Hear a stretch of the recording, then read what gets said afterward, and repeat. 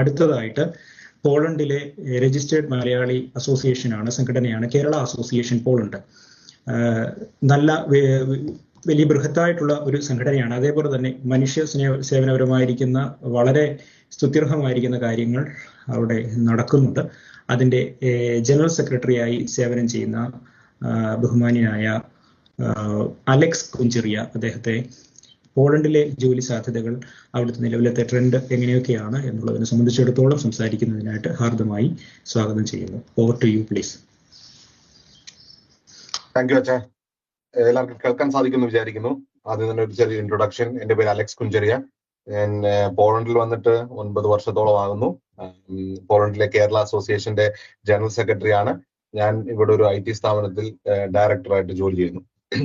So ഇവിടെ പോളണ്ടിനെ പറ്റി generally ഒന്ന് ആദ്യം ഒരു ഇൻട്രൊഡക്ഷൻ തരാമെന്ന് വിചാരിക്കുന്നു. കേരളത്തിലുള്ള അല്ലെ ജനറലി മലയാളികൾക്ക് പോളണ്ടിനെ പറ്റി ഒരു ഡിഫറെന്റ് അണ്ടർസ്റ്റാൻഡിംഗ് ആണെന്ന് വിചാരിക്കുന്നത്. കുറച്ചൊക്കെ സത്യനന്ദിക്കാടും ഐ തിങ്ക് ശ്രീനിവാസനുമാണ് ഒരു ഇമേജ് ഉണ്ടാക്കിയത്.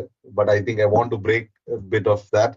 സോ അതുകൊണ്ട് പോളണ്ടിനെ പറ്റി ഇനിഷ്യലി ഒന്ന് പറയാം, അത് കഴിഞ്ഞിട്ട് മുന്നോട്ട് പോകാമെന്ന് വിചാരിക്കുന്നു. പോളണ്ട് ഈസ്റ്റേൺ യൂറോപ്പിലെ സെൻട്രൽ ഈസ്റ്റേൺ യൂറോപ്പിലെ ഒരു വലിയ രാജ്യമാണ്. സോ ഇന്ത്യയെ സംബന്ധിച്ച് പറയുകയാണെങ്കിൽ ഞാൻ സ്റ്റാറ്റിസ്റ്റിക്സ് എടുത്ത് ഇതിനെപ്പറ്റി ഒന്ന് അനലൈസ് ചെയ്യാൻ ശ്രമിക്കുകയാണ്. അപ്പം അത് 2023 വരെ ഉള്ള ഡേറ്റയാണ് എനിക്ക് അവൈലബിൾ ആയിരുന്നത്. 2023 ഇവിടുത്തെ സിസ്റ്റത്തിൽ സൂസ്, ഇവിടുത്തെ ഒരു ഇൻഷുറൻസ് സിസ്റ്റമാണ്. ആ സൂസിൽ 2023 20,500-ലധികം ആൾക്കാർ രജിസ്റ്റർ ചെയ്തിട്ടുണ്ട്. ഇപ്പോഴത്തെ ഒരു കണക്കനുസരിച്ച് ഏകദേശം 38,000-ഓളം ഇന്ത്യക്കാർ ഇവിടെ ജോലി, വിദ്യാഭ്യാസം അല്ലെങ്കിൽ ഫാമിലി ആയിട്ട് ഇവിടെ ഉണ്ട്. പോളണ്ട് ഇനിയുള്ള സ്ലൈഡുകളിൽ ഞാൻ അത് കാണിക്കാം. ഇവിടുത്തെ മിനിമം സാലറി എല്ലാ വർഷവും ഇൻക്രീസ് ആയിട്ട് കൊണ്ടിരിക്കുകയാണ്. കറന്റ്ലി 4,806 സ്ലോട്ടെ. ഇവിടെ യൂറോ അല്ല യൂസ് ചെയ്യുന്നത്, പോളിഷ് കറൻസിയാണ് യൂസ് ചെയ്യുന്നത്. അതാണ് ഇവിടുത്തെ സ്റ്റാറ്റ്യൂട്ടറി മിനിമം വേജ്. പിന്നെ പോളണ്ടിലുള്ള ഒരു സ്റ്റുഡൻസ് ആയിട്ട് അപ്ലൈ ചെയ്യുന്നവർക്ക് ഏകദേശം ഒരു 75% ഒരു അപ്രൂവൽ റേറ്റ് ഉണ്ട്. നമ്മൾ പല റിസർച്ച് മെറ്റീരിയൽസ് കണ്ടന്റ്സ് ഒക്കെ നോക്കിയപ്പോൾ ഏകദേശം 75% അപ്ലൈ ചെയ്യുന്നവർക്ക് കിട്ടുന്നുണ്ട്. സോ ഇൻ ദാറ്റ് സെൻസ് നമുക്കൊരു അപ്ലൈ ചെയ്താൽ ഒരു റിയലിസ്റ്റിക് ചാൻസ് ഉള്ള ഒരു കൺട്രിയാണ്. എന്തുകൊണ്ട് പോളണ്ട്, അതിനെപ്പറ്റി ഞാൻ ആദ്യം ഒന്ന് പറയാൻ വിചാരിക്കുകയാണ്. 2015 തൊട്ട് നോക്കുകയാണെങ്കിൽ ഒരു 6%, 6 times the growth of foreign workers. So പോളണ്ടിൽ ഒരു 2025 തൊട്ട് ഇവിടുത്തെ ഒരു വലിയൊരു ഫോറിനേഴ്സ് വർക്കേഴ്സിന്റെ ഒരു എക്സ്പ്ലോഷൻ തന്നെ ഉണ്ടായിട്ടുണ്ട്. പ്രിഡോമിനന്റ്ലി അതിന് പല കാരണങ്ങളുണ്ട്. അത് റൈറ്റ് ഹാൻഡ് സൈഡിൽ ഞാൻ പറയുന്നുണ്ട്. ഒരു റീസൺ എന്ന് പറഞ്ഞാൽ ഇവിടുത്തെ ഒരു ബർത്ത് റേറ്റ്, അത് ജനറലി യൂറോപ്പിനുണ്ട്, but in an alarming way പോളണ്ടിലുണ്ട്. ഒരു ബർത്ത് റേറ്റ് വളരെ കുറവാണ് ഇവിടെ. അതുകൊണ്ട് പോളണ്ടിൽ വർക്കേഴ്സ് കുറവാണ്. സോ അവര് ബേസിക്കലി ബാക്കിയുള്ള രാജ്യങ്ങളിൽ നിന്നാണ് അവർ സ്കിൽഡ് മൈഗ്രേഷൻ എക്സ്പെക്ട് ചെയ്യുന്നത്. സോ ഇന്ത്യ ഒരു വലിയ രാജ്യമാണ്, ഒരുപാട് തൊഴിലാളികളെ കൊടുക്കാൻ സാധിക്കുന്ന ഒരു രാജ്യമാണ്. സോ അതുകൊണ്ടാണ് ഒരു വലിയ ഓപ്പർച്യൂണിറ്റി.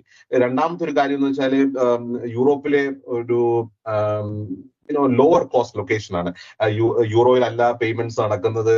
അതുകൊണ്ട് വലിയ IT സ്ഥാപനങ്ങൾ, അങ്ങനെയുള്ള കമ്പനികളുടെ എല്ലാം ഒരു ബാക്ക് ഓഫീസ് ഓപ്പറേഷൻസ് എല്ലാം പ്രിഡോമിനന്റ്ലി നടക്കുന്നത് പോളണ്ട്, റൊമേനിയ, ഹംഗറി അങ്ങനെയുള്ള രാജ്യങ്ങളിലാണ്. സോ പോളണ്ട് ഒരു 2010 മുതൽ ഒരു 2026 വരെ വളരെ നല്ലതായിട്ട് ഇതിനുവേണ്ടി പരിശ്രമിക്കുകയും ഒരുപാട് സിറ്റികളിൽ, ഞാൻ ക്രാക്കോ ആണ്, പോളണ്ടിലെ വാർസോ, വ്രോത്സ്ലോ, ഗഡാൻസ്ക് ഇങ്ങനെയുള്ള പല സിറ്റികളിൽ ഒരു IT ഓഫീസുകളെല്ലാം വളരെ വലുതായിട്ട് ഓപ്പറേറ്റ് ചെയ്യുന്നുണ്ട്. സോ അത് സംബന്ധിച്ച് ഒരുപാട് തൊഴിൽ മേഖലകൾ ഓപ്പൺ ആയിട്ടുണ്ട്. പിന്നെ ഒരു വലിയൊരു കാര്യം എന്ന് വെച്ചാൽ ഇന്ത്യൻസ് ഒരു 3rd largest non EU foreign worker കമ്മ്യൂണിറ്റിയാണ്. ഇവിടെ യുക്രൈനിയൻസ് ആണ് ഏറ്റവും അധികമുള്ളത്. അത് കഴിഞ്ഞാൽ ബെലറൂഷ്യൻസ്, അത് കഴിഞ്ഞാൽ 3rd largest working population basically ഇപ്പൊ ഇന്ത്യക്കാരാണ്. സോ ഇന്ത്യൻസ് ഒരുപാട് പേര് വരുന്നുണ്ട്. സോ ഇൻ ദാറ്റ് സെൻസ് ഒരു അട്രാക്റ്റീവ് ആയിട്ടുള്ള ലൊക്കേഷൻ ആണ്. ഒരു വളരെ ഇമ്പോർട്ടന്റ് ആയിട്ടുള്ള കാര്യം ഞാൻ പറയുന്നത്, അവർ പോളണ്ട് ബേസിക്കലി ഒരു population in terms of growth ഒരു നെഗറ്റീവ് ഒരു ഡിക്ലൈൻ ആയതുകൊണ്ട് പോളണ്ടിലെ ഗവൺമെന്റ് തന്നെ ഒരു 2035 കൂടി 2 മില്യൺ അധികം തൊഴിലാളികളെ അവർ വേണമെന്നാണ് അവർ വിചാരിക്കുന്നത്. സോ അതുകൊണ്ട് ഇൻ എ സെൻസ് ഒരു അട്രാക്റ്റീവ് ആയിട്ടുള്ള ഒരു ലൊക്കേഷൻ ആണ്. എന്റെ ഈ ഒരു പ്രസന്റേഷൻ രണ്ടായിട്ട് ഡിവൈഡ് ചെയ്യാനാണ് ഞാൻ ഉദ്ദേശിക്കുന്നത്. ഒന്ന് ഒരു എഡ്യൂക്കേഷനെ പറ്റി ആദ്യം പറയാം, പിന്നെ എംപ്ലോയ്മെന്റ് ഓപ്പർച്യൂണിറ്റീസ്, പിന്നെ ലാസ്റ്റ് ഒരു ജനറൽ ഒരു പോളിനെ പറ്റി ഒരു ജനറൽ അണ്ടർസ്റ്റാൻഡിങ് പറയാമെന്ന് വിചാരിക്കുകയാണ്. പോളണ്ടിൽ ഒരുപാട് നല്ല യൂണിവേഴ്സിറ്റികളുണ്ട്, നല്ല അല്ലാത്ത യൂണിവേഴ്സിറ്റികളുണ്ട്. സോ ഞാനിവിടെ ഫോക്കസ് ചെയ്യുന്നത് നല്ല യൂണിവേഴ്സിറ്റികളെ പറ്റിയാണ്. സോ ഞാൻ ചില യൂണിവേഴ്സിറ്റികൾ അവരുടെ സിറ്റി, പിന്നെ QS വേൾഡ് റാങ്ക് 2025 റാങ്കിങ്ങിൽ എവിടെ അവർ സ്റ്റാൻഡ് ചെയ്യുന്നു എന്നൊക്കെ ഞാൻ വ്യക്തമായിട്ട് എടുത്തു കാണിക്കുന്നുണ്ട്. സോ ഓവറോൾ വെച്ച് നോക്കുകയാണെങ്കിൽ ചില നല്ല യൂണിവേഴ്സിറ്റികൾ വാർസോ, ക്രാക്കോവ്, വ്രോസ്ലോ, ഗ്ഡാൻസ്ക് ഇങ്ങനെ പല ലൊക്കേഷനിലുണ്ട്.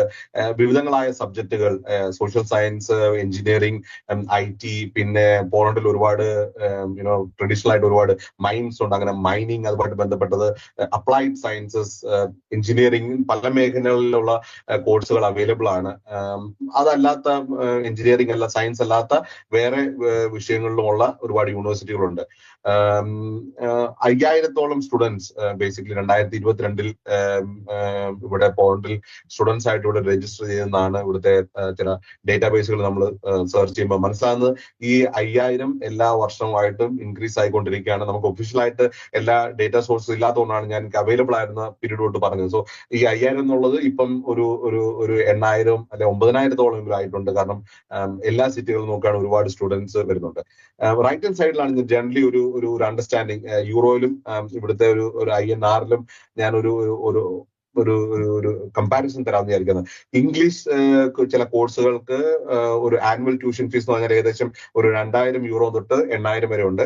ഇത് കോഴ്സുകൾ ഡിപ്പെൻഡ് ചെയ്തിരിക്കും. ചില വെരി സ്പെഷ്യലൈസ്ഡ് ആയിട്ടുള്ള കോഴ്സുകൾക്കാണെങ്കിൽ 6000 to 8000 ആണ്. ചില entry level basic humanities related കോഴ്സുകളാണ് 2000 to 4000 ആണ് ജനറൽ ഇൻ റേഞ്ച്. പക്ഷെ ബാക്കിയുള്ള യൂറോപ്യൻ രാജ്യങ്ങൾ കമ്പയർ ചെയ്ത് നോക്കുകയാണെങ്കിൽ ഒരു 40 അല്ലെ 30% റിലേറ്റീവ്ലി കോസ്റ്റ് കുറവാണ്. അതുകൊണ്ടാണ് ഇൻ എ വേ പോളണ്ട് കുറച്ച് അട്രാക്റ്റീവ് ആകുന്നത്. രണ്ടാമത്തേത് ഒരു ആനുവൽ ലീവിംഗ് കോസ്റ്റ് ആണ്. So when you compare with Malta, അല്ലെങ്കിൽ ജർമ്മനി, ഓസ്ട്രിയ, അല്ലെങ്കിൽ സ്പെയിൻ, അങ്ങനെയുള്ള ബാക്കിയുള്ള രാജ്യങ്ങൾ കമ്പയർ ചെയ്ത് നോക്കുമ്പോൾ ജനറലി ഇവിടുത്തെ ഒരു ലീവിംഗ് കോസ്റ്റ് റിലേറ്റീവ്ലി കുറവാണ്. So it is much higher than India, പക്ഷെ റിലേറ്റീവ്ലി കുറവാണ്. So in that sense definitely much cheaper in terms of pursuing.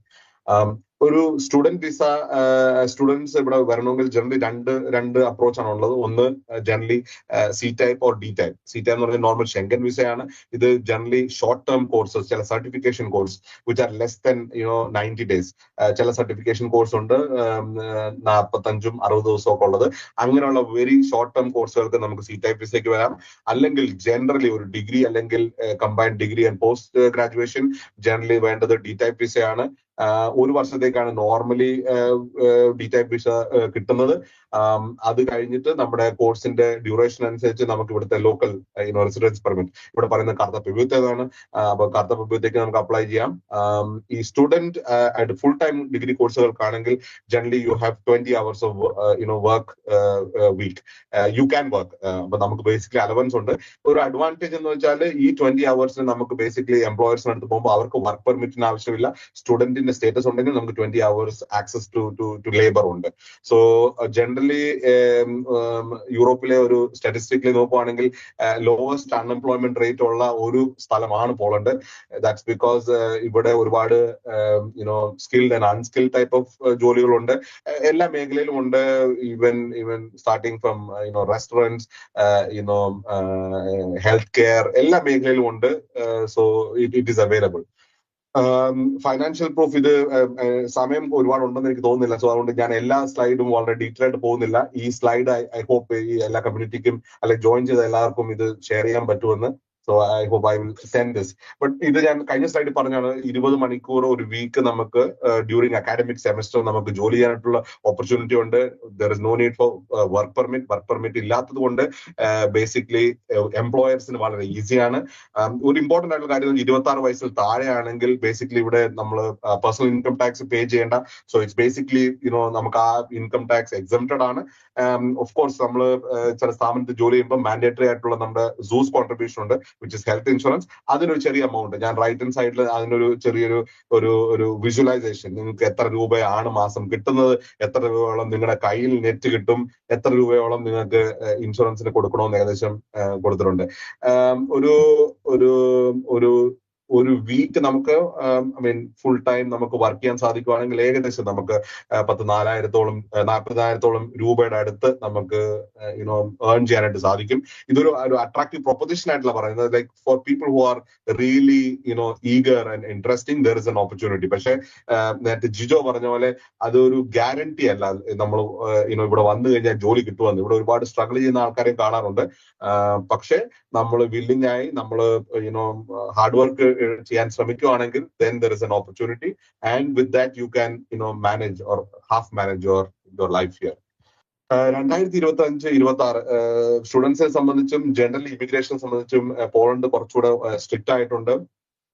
Generally strict ആയിരുന്നു, പക്ഷെ ജനറലി ഒരു യൂറോപ്പിന്റെ ഒരു ഔട്ട്ലുക്ക് ജനറലി ചേഞ്ച് ചെയ്തിട്ടുണ്ട് ഇമിഗ്രേഷന്. അതിന്റെ ഭാഗമായിട്ട് പോളണ്ടിലും ആ ഒരു സ്ട്രിക്ട്നെസ് വന്നിട്ടുണ്ട്.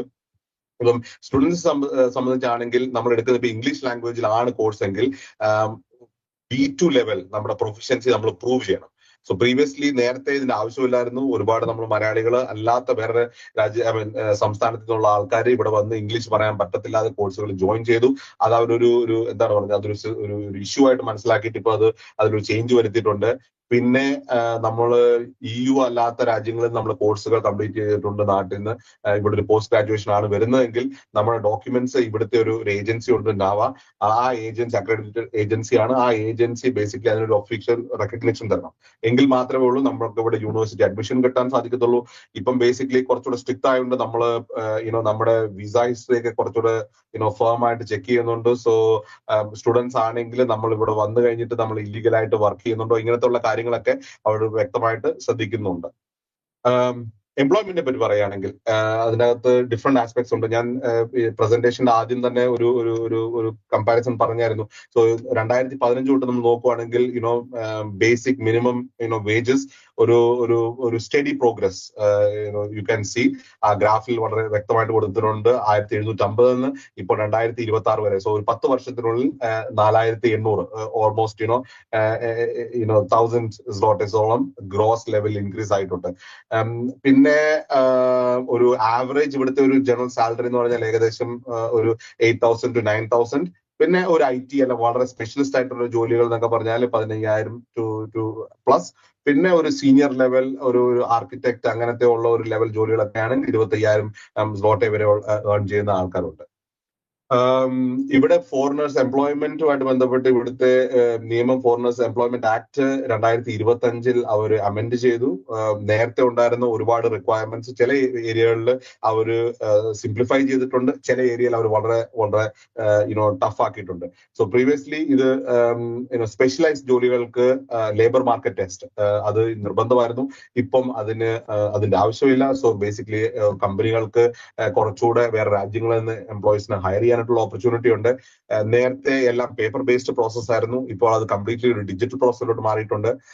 പിന്നെ ഈ ഫ്രോഡ് ഒക്കെ അവോയ്ഡ് ചെയ്യാനായിട്ട് basically work permit, employment declaration fees എല്ലാം ബേസിക്കലി അത്യാവശ്യം ഇൻക്രീസ് ചെയ്തിട്ടുണ്ട്. സോ ബേസിക്കലി അത് എന്താ പറഞ്ഞത്, റിയലി വാലിഡ് ആയിട്ടുള്ള ആൾക്കാർ മാത്രമേ ഉള്ളൂ പേ ചെയ്ത് ഇങ്ങനത്തെ ഉള്ള ഒരു ആപ്ലിക്കേഷൻ സബ്മിറ്റ് ചെയ്യത്തുള്ളൂ. ഒരു ഇമ്പോർട്ടന്റ് ആയിട്ടുള്ള ഫാക്ടർ എന്ന് വെച്ചാൽ ഇപ്പൊ അവർ ബേസിക്കലി ഇൻസ്പെക്ഷനോ ഫൈനോ ഒക്കെ നമുക്ക് പണ്ടുണ്ടായിരുന്ന ഒരു ചെറിയൊരു എമൗണ്ട് ആയിരുന്നു. സോ ഇപ്പം അതൊരു വലിയൊരു എമൗണ്ടിലോട്ട് മാറ്റി ഒരു ഡിറ്ററൻസ് ആ ഒരു രീതിയിൽ കൊണ്ടുവരാനായിട്ടാണ് ഇപ്പം ഗവൺമെന്റ് ശ്രമിച്ചിട്ടുള്ളത്. ഇത് വർക്ക് ഓത്തറൈസേഷൻ, ഏതൊക്കെ ടൈപ്പ് വർക്ക് പെർമിറ്റ്സ് ആണ് സ്റ്റാൻഡേർഡ് ഉള്ളത്? ഒരു സ്റ്റാൻഡേർഡ് ടൈപ്പ് വർക്ക് പെർമിറ്റ് ഉണ്ട്, അതിന് 200 മുതൽ 400 zloty വരെയാണ്. അതിന് ചില കാറ്റഗറീസ് ഉണ്ട്. അപ്പം പിന്നെ ഇവിടെ നമുക്ക് ഒരു സ്ഥാപനം രജിസ്റ്റർ ചെയ്തിട്ടുണ്ടെങ്കിൽ ദെൻ ആ സ്ഥാപനം മുഖാന്തരം നമുക്കൊരു മെമ്പർ പെർമിറ്റ് നമുക്ക് കിട്ടാം. പിന്നെ ഇവിടെ ഇന്ത്യയിലുള്ള IT സ്ഥാപനങ്ങൾ, ഇൻഫോസിസ്, HCL, വിപ്രോ മുതൽ സ്ഥാപനങ്ങൾ അവിടുത്തെ എംപ്ലോയീസിനെ ഇങ്ങോട്ട് ട്രാൻസ്ഫർ ചെയ്യുന്ന ഒരു മെത്തേഡ് ഉണ്ട്. അതിന് ഇന്റർ കമ്പനി ട്രാൻസ്ഫേഴ്സ്, അതിനുവേണ്ടി ഒരു പ്രത്യേക ടൈപ്പ് വർക്ക് പെർമിറ്റ്സ് ഉണ്ട്. പിന്നെ സീസണൽ വർക്ക്, ഇവിടുത്തെ ഫാമിംഗ്, അങ്ങനത്തെ ഉള്ള ബ്ലൂബെറി അല്ലെങ്കിൽ സ്ട്രോബെറി ഫാം അല്ലെങ്കിൽ അങ്ങനത്തെ സ്പെഷ്യലിസ്റ്റ് മേഖലയിലോട്ട് വർക്ക് ചെയ്യാനായിട്ട് സീസണൽ വർക്ക് പെർമിറ്റിൽ വരുന്നവരുണ്ട്. പിന്നെ ജിജോയുടെ പ്രസന്റേഷൻ പറഞ്ഞ പോലെ തന്നെ EU blue card, which is for specialised skills, അതിനും അങ്ങനത്തെ ഒരു വർക്ക് പെർമിറ്റും അവൈലബിൾ ആണ്. EU ബ്ലൂ കാർഡ് ഞാൻ ഒരുപാട് ഡീറ്റെയിൽ ആയിട്ട് പോകുന്നില്ല. This is meant for specialised ജോലികൾ ചെയ്യുന്ന ആൾക്കാർക്ക് വേണ്ടി മാത്രമുള്ളതാണ്. ഇതിനകത്തുള്ള ഒരു പ്രത്യേകത, നമ്മുടെ it is kind of an equivalent to the green card in the US. നമുക്ക് യൂറോപ്യൻ യൂണിയനിലെ ഏത് രാജ്യത്തോട്ടും ഈ EU ബ്ലൂ കാർഡ് ഉണ്ടെങ്കിൽ നമുക്ക് basically without A work permit നമുക്ക് അങ്ങോട്ട് മൂവ് ചെയ്യാനായിട്ടുള്ള ഒരു ഓപ്പർച്യൂണിറ്റീസ് ഉണ്ട്. ബേസിക്കലി ബ്ലൂ കാർഡ് ഉള്ള എംപ്ലോയീസിന് കുറച്ചുകൂടെ പ്രൊട്ടക്ഷൻസ് ഉണ്ട്. നമുക്കൊരു മിനിമം ലെവൽ ഓഫ് സാലറി തരണമെന്നുണ്ട്. സോ അങ്ങനത്തെ ഒരു ചില പ്രൊട്ടക്ഷൻസ് ഉണ്ട്. ജനറലി ഒരുപാട് സ്ഥാപനങ്ങൾ ഇതിന് പ്രിഫർ ചെയ്യാറില്ല, കാരണം അവർക്ക് ഒരുപാട് പേപ്പർ വർക്കും അതിനൊരു അഡീഷണൽ ആയിട്ടുള്ള ഒരു പ്രോസസ് ഉണ്ട്. പക്ഷെ അങ്ങനെയുള്ള ആൾക്കാർക്ക് this is an aspiring opportunity. പല ടൈപ്പ് റിസ്കും ഫ്രോഡും ഇത് തന്നെയാണ് നമ്മൾ നോർക്കയുടെ ഓഫീസേഴ്സും ജിജോയും എല്ലാവരും പറഞ്ഞത്. സെയിം, ഐ തിങ്ക് എനിക്കും ആ ഒരു സെയിം ഏരിയ തന്നെയാണ് ഹൈലൈറ്റ് ചെയ്യാനുള്ളത്. സോ ഞാനതൊരു ഒരു ടേബിൾ, ഒരു ഫോർമാറ്റിൽ പറഞ്ഞാണ്. ഒന്ന്, ഫേക്ക് ജോബ് ഓഫേഴ്സ്. ഇതാണ് വളരെ കോമൺ ആയിട്ടുള്ളത്. ഇവിടെ കേരള അസോസിയേഷന്റെ ഹെൽപ്പ് ലൈൻ നമ്പർ ഉണ്ട്. അത് ഒരു മേജർ ആസ്പെക്ട് ഞാനാണ് ഇൻഡിവിജ്വലാണ് ഹാൻഡിൽ ചെയ്യുന്നത്. അതുകൊണ്ട് എനിക്ക് അറിയാൻ, അല്ലാതെ ഫസ്റ്റ് ഹാൻഡ് എക്സ്പീരിയൻസിൽ പറയാൻ സാധിക്കും. ഒരുപാട് ഇങ്ങനത്തെ ഫേക്ക് വർക്ക് പെർമിറ്റ്സ് അല്ലെങ്കിൽ വിസ അല്ല എംപ്ലോയ്മെന്റ് ഓപ്പർച്യൂണിറ്റി ഉണ്ടെന്ന് പറഞ്ഞ ആൾക്കാർക്ക് കൊടുക്കുന്നു. ചില ആൾക്കാരൊക്കെ നമ്മളെ റീച്ച് ഔട്ട് ചെയ്യുന്നുണ്ട്. ചില ആൾക്കാർ നമ്മളെ പ്രൊആക്റ്റീവ്ലി ആ ഡോക്യുമെന്റ് കാണുമ്പോൾ തന്നെ സാർ പറഞ്ഞ പോലെ കണ്ടു കഴിഞ്ഞാൽ തന്നെ നമുക്ക് മനസ്സിലാവും ഇറ്റ് ഈസ് ഫേക്ക്. അപ്പം ചില കാര്യങ്ങൾ നമുക്ക് അവരെ ഹെൽപ്പ് ചെയ്യാൻ സാധിക്കും. പക്ഷെ ദർ ആർ സ്മാർട്ട്, വളരെ ഇന്റലിജന്റ് ആയിട്ടുള്ള ആൾക്കാർ, അങ്ങനെയുള്ള ആൾക്കാർ ഇങ്ങനത്തെ ഉള്ള ടൈപ്പ് ഓഫ് ഫേക്ക് ഓഫേഴ്സ് തരാൻ സാധ്യതയുണ്ട്. പിന്നെ യൂണിവേഴ്സിറ്റികൾ ഇങ്ങനത്തെ എന്താ പറയുക, നമ്മുടെ നാട്ടിലുള്ള ഫേക്ക് യൂണിവേഴ്സിറ്റി എന്ന് പറയുന്നത് യൂണിവേഴ്സിറ്റി ഇൻ പേപ്പർ എക്സിസ്റ്റ് ചെയ്യുന്നുണ്ട്. പക്ഷെ അതൊക്കെ ഒരു ലോ ക്വാളിറ്റി ഇൻസ്റ്റിറ്റ്യൂഷൻസ് ആണ്. അവിടെ എൻറോൾമെന്റ് ചെയ്താലും സ്ഥിരമായിട്ട് ക്ലാസ്സിൽ പോകണ്ട. അപ്പൊ അങ്ങനത്തെ ഉള്ള ഒരുപാട് യൂണിവേഴ്സിറ്റികൾ ഉണ്ടായിരുന്നു. അങ്ങനത്തെ ഉള്ള സ്ഥലങ്ങളിലോട്ട് പിള്ളേർ വന്നിട്ടുണ്ടായിരുന്നു. പക്ഷെ 2025 മുതൽ വളരെ സ്ട്രിക്റ്റ് ആയിട്ട് ചെക്ക് ചെയ്ത് ഒരുപാട് ഇവിടുത്തെ യൂണിവേഴ്സിറ്റികളെല്ലാം ക്ലോസ് ഡൗൺ ചെയ്തിട്ടുണ്ട്. സോ അങ്ങനെ ഒരു യൂണിവേഴ്സിറ്റിയിലാണ് നമ്മൾ പഠിക്കുന്നതെങ്കിൽ ഇമ്മീഡിയറ്റ്ലി നമ്മുടെ ഒരു വിസ സ്റ്റേറ്റസ് പെട്ടെന്ന് പോകാൻ ഉള്ള ചാൻസ് ഉണ്ട്. സോ വരുന്ന യൂണിവേഴ്സിറ്റി അക്രഡിറ്റഡും അത്യാവശ്യം നല്ല റിവ്യൂ ഉള്ളതാണെന്ന് ഡെഫിനറ്റ്ലി വെരിഫൈ ചെയ്യണം. പിന്നെ ഷെങ്കൻ വിസയുടെ എന്ന് വെച്ചാൽ വേറെ ടൈപ്പ് ഓഫ് വിസയിൽ ഇവിടെ വന്നിട്ട് നിങ്ങൾക്ക് ഇവിടെ വന്നിട്ട് വേറെ ഡോക്യുമെന്റ് തരാം, ഈ വിസയിൽ വന്നോളൂ, ടൂറിസ്റ്റ് വിസയിൽ വന്നോളൂ, ഇവിടെ വന്ന് ജോലി ചെയ്യാം എന്നൊക്കെ പറഞ്ഞ് അങ്ങനത്തെ വാഗ്ദാനങ്ങൾ കൊടുത്തു വരുന്ന ഒരുപാട് സിറ്റുവേഷൻ ഉണ്ട്. ഇത് ഒരു ഇന്ത്യൻസ് ഒരു വലിയ പരിധി വരെ യൂസ് ചെയ്തിട്ട്, മലയാളികൾ ഉൾപ്പെടെ. പക്ഷേ ഇപ്പോ ജോലി ചെയ്യുന്ന സ്ഥാപനത്തില് താമസിക്കുന്ന സ്ഥലങ്ങളിൽ ഇവിടുത്തെ ബോർഡർ ഗാർഡ്സ് വന്ന് ചെക്ക് ചെയ്ത് നമുക്ക് ഫൈൻ തരുവോ അല്ലെങ്കിൽ നമ്മൾ ഡീപ്പോർട്ടേഷൻ നോട്ടീസ് തരുന്നുണ്ട്. ഈ 2 ദിവസം മുമ്പേയും കുറെ ഇന്ത്യക്കാരെ ഇതുപോലെ തന്നെ ഡിപ്പോർട്ട് ചെയ്ത് നാട്ടിലോട്ട് വിട്ടു. സോ അങ്ങനത്തെ ഒരു ഡിപ്പോർട്ടേഷൻ കിട്ടിയാൽ 2 രീതിയിലാണ് നമ്മുടെ ഇനി ഭാവിയിൽ തിരിച്ചു വരാനുള്ള നമ്മുടെ സാധ്യതയെ ബാധിക്കുകയും ചെയ്യും. നമുക്ക് പിന്നെ വേറെ യൂറോപ്പ് അല്ല വേറെ രാജ്യത്തിൽ പോയാലും നമുക്കൊരു ഡീപ്പോർട്ടേഷൻ കിട്ടിയിട്ടുണ്ടെങ്കിൽ that's a negative remark. So നിങ്ങൾ വളരെ കെയർഫുൾ ആയിരിക്കണം. നമ്മൾ ഇങ്ങനത്തെ ഉള്ള ഓപ്പർച്യൂണിറ്റീസിൽ നമ്മൾ സ്കാമിൽ വീഴാതെ നിങ്ങൾ definitely legal migration methods use ചെയ്യുക. ഇത് എങ്ങനെയാണ് നമ്മൾ ഒരു ഗ്രീൻ ഫ്ലാഗ്സ്, റെഡ് ഫ്ലാഗ്സ്. ഞാൻ ഗ്രീൻ ഫ്ലാഗ്സ് ബേസിക്കലി ഞാൻ നേരത്തെ പറഞ്ഞാണ്, നമ്മൾ ഒരു ഒഫീഷ്യൽ ലെറ്റർ ഹെഡിലായിരിക്കും ഇവിടുത്തെ നമുക്ക് രജിസ്റ്റർ ചെയ്ത KRS, NIP, അങ്ങനത്തെ റീജിയോൺ നമ്പേഴ്സ്, ഇങ്ങനത്തെ ഉള്ള ഡീറ്റെയിൽസ് നിർബന്ധമായിട്ട് ഉണ്ടാകും. നേരത്തെ സാർ പറഞ്ഞ പോലെ നമുക്ക് തരുന്ന എംപ്ലോയ്മെന്റ്, നമുക്ക് പോളിഷ് ലാംഗ്വേജ് അറിയത്തില്ലെങ്കിൽ നമ്മുടെ offer letter will be bilingual, 2 language, ഇംഗ്ലീഷിലും പോളിഷിലും ഉറപ്പായിട്ടും ഉണ്ടാവും. അപ്പം അങ്ങനത്തെ ഉള്ള ചില കാര്യങ്ങൾ നമുക്ക് ഇമ്മീഡിയറ്റ് കൈൻഡ് ഓഫ് ഫ്ലാഗ്സ് ആണ്. പിന്നെ ഇപ്പോഴത്തെ ആപ്ലിക്കേഷൻ എല്ലാം സിസ്റ്റം മുഖാന്തരമാണ്. സോ നമുക്ക് നേരത്തെ ഉണ്ടായിരുന്ന ഈ പേപ്പർ ബേസ്ഡ് അപ്രോച്ച് അല്ല. സോ കുറച്ചുകൂടെ we can trust the system. പിന്നെ recruitment channels definitely Norka recognise ചെയ്ത് ചാനൽ യൂസ് ചെയ്യുക. അല്ലാതെ ഈ ഫേക്ക് ആയിട്ടുള്ളതോ അല്ലെങ്കിൽ അൺഅക്രെഡിറ്റഡ് ആയിട്ടുള്ള ഏജൻസീസ്, ഓഫ് കോഴ്സ് നിങ്ങൾക്ക് ഏതെങ്കിലും റെഫറൻസ് വഴി ആയിരിക്കും അത് വരുന്നത്, പക്ഷെ എങ്കിലും നമുക്ക് അതിനൊരു എന്തെങ്കിലും ഒന്ന് സംഭവിച്ചു കഴിഞ്ഞാൽ അവർ ഒരു ഓണർഷിപ്പ് എടുക്കത്തില്ല, പിന്നെ നമ്മൾ അതിന് ദുഃഖിക്കേണ്ടി വരും. സോ അതുകൊണ്ട് നോർക്ക റെക്കഗ്നൈസ്ഡ് ആയിട്ടുള്ള ചാനൽസ് അല്ലെ അങ്ങനത്തെ ഉള്ള ഏജൻസികളെ യൂസ് ചെയ്യാൻ ശ്രമിക്കുക. പിന്നെ ഇവിടുത്തെ ഒരു അപ്രോച്ച് ആണ് red flags. Basically upfront payment ആദ്യം ഇത്ര തരൂ, 50,000 60,000 തരൂ, അത് കഴിഞ്ഞ് കഴിഞ്ഞാൽ നമുക്ക് വിസ അപ്പോയിന്റ്മെന്റ് കിട്ടിയാൽ അനന്തര 60,000. ഇങ്ങനെ ഒരു പേയ്മെന്റ് സ്കെഡ്യൂൾ വെച്ചിട്ട് നമ്മളോട് സംസാരിക്കുന്ന പലതരം ഏജൻസികളുണ്ട്. ഇവരൊക്കെ ഇവിടെ കൊണ്ടുവരാൻ സാധിക്കുന്നില്ല, ചിലർ സാധിക്കുന്നുണ്ട്, പക്ഷെ അതൊന്നും ഒരു ലീഗൽ ആയിട്ടുള്ള ഇമിഗ്രേഷൻ അല്ല. അതാണ് ഇമ്പോർട്ടന്റ് ആയിട്ടുള്ള കാര്യം. പിന്നെ നമുക്ക് ഇവിടെ എന്താണ് ജോലി എന്നുള്ളത് വളരെ വേഗമായിട്ട് ഉള്ള ഡിസ്ക്രിപ്ഷൻ. നമ്മൾ വെയർ ഹൗസിൽ ജോലി ചെയ്യുന്നു, ഇവിടെ നോർമലി നമ്മുടെ ജോബ് ഡിസ്ക്രിപ്ഷൻ വളരെ ഡീറ്റെയിൽ ആയിട്ട് എക്സ്പ്ലെയിൻ ചെയ്തിരിക്കും. നമ്മളുടെ ജോലി എന്താണ്, നമ്മളിപ്പം വെയർ ഹൗസിലാണെങ്കിൽ വെയർ ഹൗസിലെ സാധനങ്ങൾ എടുത്ത് മാറ്റി വെക്കുക, ഇതിനെ ഇൻവെന്ററൈസ് ചെയ്യുക, അല്ലെങ്കിൽ നമ്മൾ ലോഡ് ചെയ്യുക, വളരെ വ്യക്തമായിട്ടുണ്ടാകും. ഇവിടെ മോസ്റ്റ്ലി നമ്മൾ കാണുന്ന ഇതിലൊന്നും ഒരു വ്യക്തതയില്ലാത്ത രീതിയിലുള്ള ജോബ് ഡിസ്ക്രിപ്ഷൻ ആണ് തരുന്നത്. ഇതൊക്കെ ഒരു ക്ലിയർ ഒരു റെഡ് ഫ്ലാഗ്സ് ആണ്. ഇവിടെ നിങ്ങൾ പഠിച്ചു കഴിഞ്ഞിട്ടുള്ള നിങ്ങളുടെ ഓപ്പർച്യൂണിറ്റീസ് പറ്റിയാണ് സംസാരിക്കുന്നത്. നിങ്ങൾക്ക് ഇവിടുത്തെ ഒരു ഡിഗ്രി കോഴ്സ് കഴിഞ്ഞാൽ ബേസിക്കലി ഒരു 9 month ജോബ് സെർച്ച് പെർമിറ്റ് നമുക്ക് കിട്ടും. ആ സമയത്തിനുള്ളിൽ നമുക്കൊരു ജോലി കിട്ടുവാണെങ്കിൽ നമ്മൾ ആ വർക്ക് പെർമിറ്റിലോട്ട് മാറി നമുക്ക് പതുക്കെ നമ്മുടെ ഇവിടുത്തെ ടെമ്പററി റെസിഡൻസ് കാർഡിലോട്ട് മാറാം. അത് കഴിഞ്ഞിട്ട് ജിജോ പറഞ്ഞ പോലെ തന്നെ എല്ലാ യൂറോപ്യൻ രാജ്യങ്ങളിലും ഉണ്ട്, നമുക്ക് പെർമനന്റ് റെസിഡൻസിലോട്ട് മാറാനായിട്ടുള്ള ഓപ്പർച്യൂണിറ്റി ഉണ്ട്. പിന്നെ ഒരുപാട് വർഷങ്ങൾ ഇവിടെ നിന്ന് കഴിഞ്ഞാൽ ദെൻ ഈവൻ സിറ്റിസൺഷിപ്പിനും ഓപ്പർച്യൂണിറ്റീസ് ഉണ്ട്. ഇതിന്റെ ഒരു പെർമനന്റ് റെസിഡൻസ് സിറ്റിസൺഷിപ്പ് ഇപ്പം കുറച്ചുകൂടെ സ്ട്രിക്റ്റ് ആക്കി പോകുന്നുണ്ട്. നമ്മുടെ ലാംഗ്വേജ് റിക്വയർമെന്റ്സ്, നമ്മുടെ അവയർനെസ്, ഇതൊക്കെ കുറച്ചുകൂടെ കോമ്പാക്ട് ആക്കിയിട്ടുണ്ട്. സോ നേരത്തെ കാട്ടും ഡിഫിക്കൽട്ട് ആണ്, പക്ഷെ there is definitely an opportunity.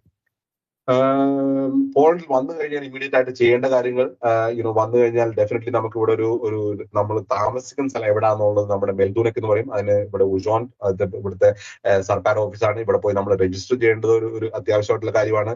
ഇതിന് നോൺ കംപ്ലയൻസ് അവർ ഐഡന്റിഫൈ ചെയ്താൽ നമുക്ക് ഫൈൻ തരാം.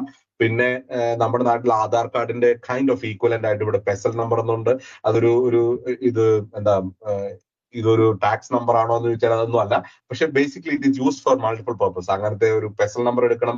പിന്നെ നമ്മളൊരു ജോലിയായിട്ട് ബന്ധപ്പെട്ടാണ് വന്നതെങ്കിൽ നമുക്ക് ഇവിടുത്തെ നാഷണൽ ഇൻഷുറൻസ്, ബേസിക്കലി സൂസിൽ നമുക്ക് രജിസ്ട്രേഷൻ ചെയ്യണം.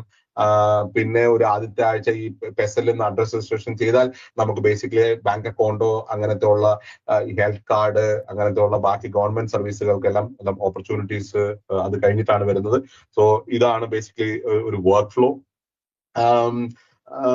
പോളണ്ടിലെ ഒരു വർക്ക് പ്ലേസ് കൾച്ചർ ഇത് ഡെഫിനറ്റ്ലി ഇമ്പോർട്ടന്റ് ആണ് വരുന്ന ആൾക്കാർക്ക്. നമ്മൾ ഇവിടെ വരുന്ന ആൾക്കാരെ എല്ലാം നമ്മൾ അഡ്രസ് ചെയ്യുന്നത് പാനി, നമ്മൾ എന്താണ് ഒരു ഒഫീഷ്യൽ ആയിട്ടാണ് നമ്മൾ അഡ്രസ് ചെയ്യുന്നത്. വേറൊരു ഇമ്പോർട്ടന്റ് ആയിട്ടുള്ള കാര്യം എന്ന് വെച്ചാൽ ഇവിടെയുള്ള ആൾക്കാർ വളരെ ഡയറക്റ്റ് ആണ്. നമുക്കിപ്പോ നമ്മൾ പറയുന്ന ഒരു ഐഡിയ അത് കറക്റ്റ് ആയിട്ട് സെൻസ് മേക്ക് ചെയ്യുന്നില്ലെങ്കിൽ വളരെ ഡയറക്റ്റ് ആയിട്ട് ഒരു എന്താ പറഞ്ഞ ഒരു ഫിൽട്ടർ ഇല്ല, ഡയറക്റ്റ് ആയിട്ട് അവർ പറയും. പക്ഷെ അതൊരു റൂഡ്നെസ് അല്ല. ഇവിടുത്തെ ആൾക്കാർ അങ്ങനെയാണ് പറയുന്നത്. It's should not be considered to be kind of hostility. അവർ ഓണസ്റ്റ്ലി ആ അപ്ഡേറ്റ് പറയുന്നതാണ്, അല്ല ഒരു ഫീഡ്ബാക്ക് നമ്മുടെ അടുത്ത് പറയുന്നതാണ്.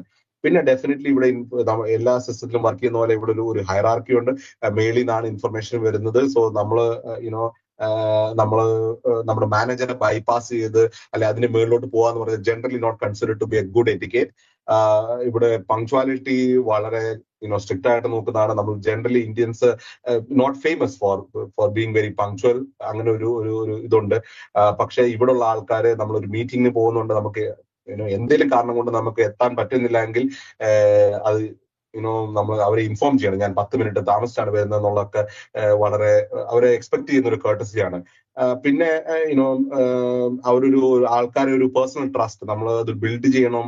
അങ്ങനെയാണ് നമുക്ക് ഇവിടെ ഒരു വർക്ക് ചെയ്യാൻ സാധിക്കുന്നത്. അപ്പം നമ്മൾ ഡെഫിനറ്റ്ലി ഒരു കോഫി ബ്രേക്ക്, ഒരു ഹാൻഡ് ഷേക്ക്, ഒരു ഗ്രാജുവലി അങ്ങനെ ഒരു പേഴ്സണൽ ട്രസ്റ്റ് നേടിയെടുത്താലേ ഉള്ളൂ നമുക്ക് ഇവിടെ ഒരു വർക്ക് പ്ലേസിൽ നമുക്കൊരു റെക്കഗ്നിഷൻ കിട്ടത്തുള്ളൂ. പിന്നെ നമ്മൾ ഡ്രസ്സിംഗ് സ്റ്റൈൽ ചില ഓഫീസുകളിലൊക്കെ വളരെ കാഷ്വൽ ആണ്, ബട്ട് ജനറലി എല്ലായിടത്തും ഒരു business casual or business formals ആണ് ജനറലി എക്സ്പെക്ടഡ്. ഇതൊക്കെ സോഷ്യൽ എറ്റിക്കേറ്റ്സ് ഒക്കെ ആണ്. ഞാൻ സമയം ഒരുപാട് ഉണ്ടെന്ന് വിചാരിക്കുന്നില്ല, സോ അതുകൊണ്ട് ഞാൻ ഒരുപാട് ഡീറ്റെയിൽ പോകുന്നില്ല. ഒന്ന് രണ്ട് കാര്യങ്ങൾ നമ്മൾ ശ്രദ്ധിച്ചിട്ടുള്ളതാണ്. ഇപ്പോൾ ഒരുപാട് ഇന്ത്യക്കാർ വരുന്നുണ്ട്. നമ്മുടെ ഒരു സ്റ്റൈലിൽ നമ്മൾ ട്രാമിൽ ഒരു പബ്ലിക് ട്രാൻസ്പോർട്ടിൽ കയറി കഴിഞ്ഞാൽ ഒരുപാട് ഒച്ചത്തിൽ സംസാരിക്കുക, ഇങ്ങനെയുള്ള ഇതുണ്ട്. ഇവിടെ ആൾക്കാർ അങ്ങനെ ഒന്നും അല്ല അവരുടെ ഒരു സ്റ്റൈൽ. അപ്പൊ ഇങ്ങനത്തെ കാര്യങ്ങൾ നമ്മൾ വളരെ ശ്രദ്ധയോടുകൂടി വേണം യൂറോപ്പിൽ വരുമ്പോൾ പെരുമാറാനായിട്ട്. ആൽക്കഹോൾ പബ്ലിക് പ്ലേസിൽ നമ്മുടെ നാട്ടിൽ റെസ്ട്രിക്ഷൻ ഇല്ല, പക്ഷെ ഇവിടെ ആൽക്കഹോൾ പബ്ലിക്ലി കൺസ്യൂം ചെയ്യുന്നത് is not considered to be in the right, അത് ഇല്ലീഗലാണ്. പിന്നെ നമ്മുടെ നാട്ടിൽ ഇവിടെ ട്രാമിലോ ബസ്സിലോ പോയി കഴിഞ്ഞാൽ പ്രായമുള്ള ആൾക്കാർ വന്നു കഴിഞ്ഞാൽ ഇവിടെയുള്ള കുട്ടികളും എല്ലാവരും എഴുന്നേറ്റ് മാറി കൊടുക്കും. അങ്ങനെയുള്ള ഒരു ജനറൽ എറ്റിക്കേറ്റ്സ് ഉണ്ട്. നമ്മൾ ഇന്ത്യക്കാരാണ്, പക്ഷെ നമ്മൾ വേറെ സംസ്കാരത്തിൽ നിന്ന് വരുന്നു, പക്ഷെ ഇതെല്ലാം ഇവിടെ ഫോളോ ചെയ്യണമെന്ന് ആണ് അവരുടെ ഒരു എക്സ്പെക്ടേഷൻ. ഐ തിങ്ക് അത് നമ്മളും ഫോളോ ചെയ്യണം ഡെഫിനറ്റ്ലി. പിന്നെ കുറെ കൂടി ഡീറ്റെയിൽസ് ഉണ്ട്, എനിക്ക് ഒരുപാട് സമയമില്ല, ഞാൻ പ്രിപ്പയർ ചെയ്തിട്ടുണ്ട്. ഐ ഹോപ്പ് ഇത് ഷെയർ ചെയ്യാൻ സാധിക്കുമെന്ന്. ചില കാര്യങ്ങൾ കൾച്ചറൽ സെൻസിറ്റിവിറ്റീസ് വളരെ ഇമ്പോർട്ടന്റ് ആണ് പോളിഷ് ആൾക്കാർക്ക്. ഇവിടെ രണ്ടാം ലോക മഹായുദ്ധത്തെ കുറിച്ചുള്ള ചില കാര്യങ്ങൾ, ചില നമ്മുടെ നാട്ടിൽ പറയാനായിട്ട് ചില സർദാർജി ജോക്സ് എന്ന് പറയുന്ന പോലെ ചില ജോക്സ് ഉണ്ട്. അത് പറയുന്നതൊക്കെ കൈൻഡ് ഓഫ് ഒഫെൻസീവ് ആണ്. ഇവിടെ ചില കാര്യങ്ങൾ പറയുമ്പോൾ അതിനൊരു നമ്മളൊരു കോണ്ടെക്സ്റ്റ് ഡെഫിനറ്റ്ലി മനസ്സിലാക്കി സംസാരിക്കുക. അത് വളരെ സെൻസിറ്റീവ് ആണ്. ഇവിടെയുള്ള ആൾക്കാര് റഷ്യൻസിനെ പറ്റി ഇപ്പം യുക്രൈൻ വാർ കഴിഞ്ഞിട്ട് ജനറലി ഒരു നെഗറ്റീവ് സെന്റിമെന്റ് ആണ്. അപ്പൊ നമ്മൾ സംസാരിക്കുമ്പോൾ അതിനൊക്കെ ഒരു ഡെക്കറം അല്ലെങ്കിൽ ഒരു സെൻസിറ്റിവിറ്റി ഫോളോ ചെയ്യുക എന്നുള്ളത് വളരെ ഇമ്പോർട്ടന്റ് ആണ്. കുറച്ചെങ്കിലും ഒരു പോളിഷ് ചില വാക്കുകൾ പറയാനായിട്ട് നമ്മൾ ഓണസ്റ്റ്ലി ശ്രമിക്കുകയാണെങ്കിൽ അവരും നമ്മളെ അപ്രീഷിയേറ്റ് ചെയ്യും. ആ ഒരു എഫേർട്ട് നമ്മൾ പുട്ട് ചെയ്യുന്നുണ്ടെങ്കിൽ അത് they will really value that. Last അസോസിയേഷനെ പറ്റി പറയാൻ നിങ്ങൾ പോളണ്ടിലാണ് വരുന്നതെങ്കിൽ definitely Kerala association of Poland നമ്മള് ഫുൾ സപ്പോർട്ടിനുണ്ട്. Even for employment or education നമ്മുടെ ഹെൽപ്പ് ലൈൻ നമ്പർ ഉണ്ട്, അതിനകത്ത് കോൺടാക്ട് ചെയ്യാം. നമ്മുടെ ഡീറ്റെയിൽസ് അവൈലബിൾ ആണ്. നമ്മളൊരു കൺസൾട്ടിങ് ഏജൻസി അല്ല, ഒരു ലോ ഫേം അല്ല, പക്ഷെ എങ്കിലും നമ്മുടെ ഒരു നോളജ് വെച്ചിട്ട് we are happy to share as much information to people so that legally you can come here and work and build your life here. With that, I conclude. Thank you so much, OCYM, Abraham Acha, for allowing Kerala Association to be part of this. Norca Roots, particularly your initiative, ഇത് കുറച്ചുകൂടെ frequent ആയിട്ട് നമുക്ക് ചെയ്യാൻ സാധിക്കട്ടെ. കാപ്പൻ സൈഡിൽ നിന്ന് എല്ലാ സപ്പോർട്ടും എല്ലാ സമയത്തും ഉണ്ടായിരിക്കും എന്ന് പറയുന്നു. Thank you so much. I should say dziękuję bardzo, Alexa, for that brilliant and honest session. Poland is truly an emerging destination, not just for work, but for the world-class education. With over 1 million foreign students, workers, ranked university offering English program at genuinely affordable cost, that's very important, and a growing startup ecosystem. The opportunities here are real. And I can personally vouch for that because I myself is a professor at Wrocław University of Science and Technology, which he listed one of the top universities. And I was honored as the Outstanding Young Scientist Award from Ministry of Higher Education, Science and Higher Education, one of the highest award in Poland. And so if you are here, Poland rewards those who come prepared. So, it's a great place to work and grow. But as the Alexa rightly highlighted, the rules have tightened. B2 language proficiency, NAVA recognition, TRC compliances, and this you all need to take these things very seriously. Of course, the red flag, green flag needs to be taken care. Come informed, the best way, come prepared. So thank you, Alexa and Kerala Association of Poland, for this amazing presentation. Now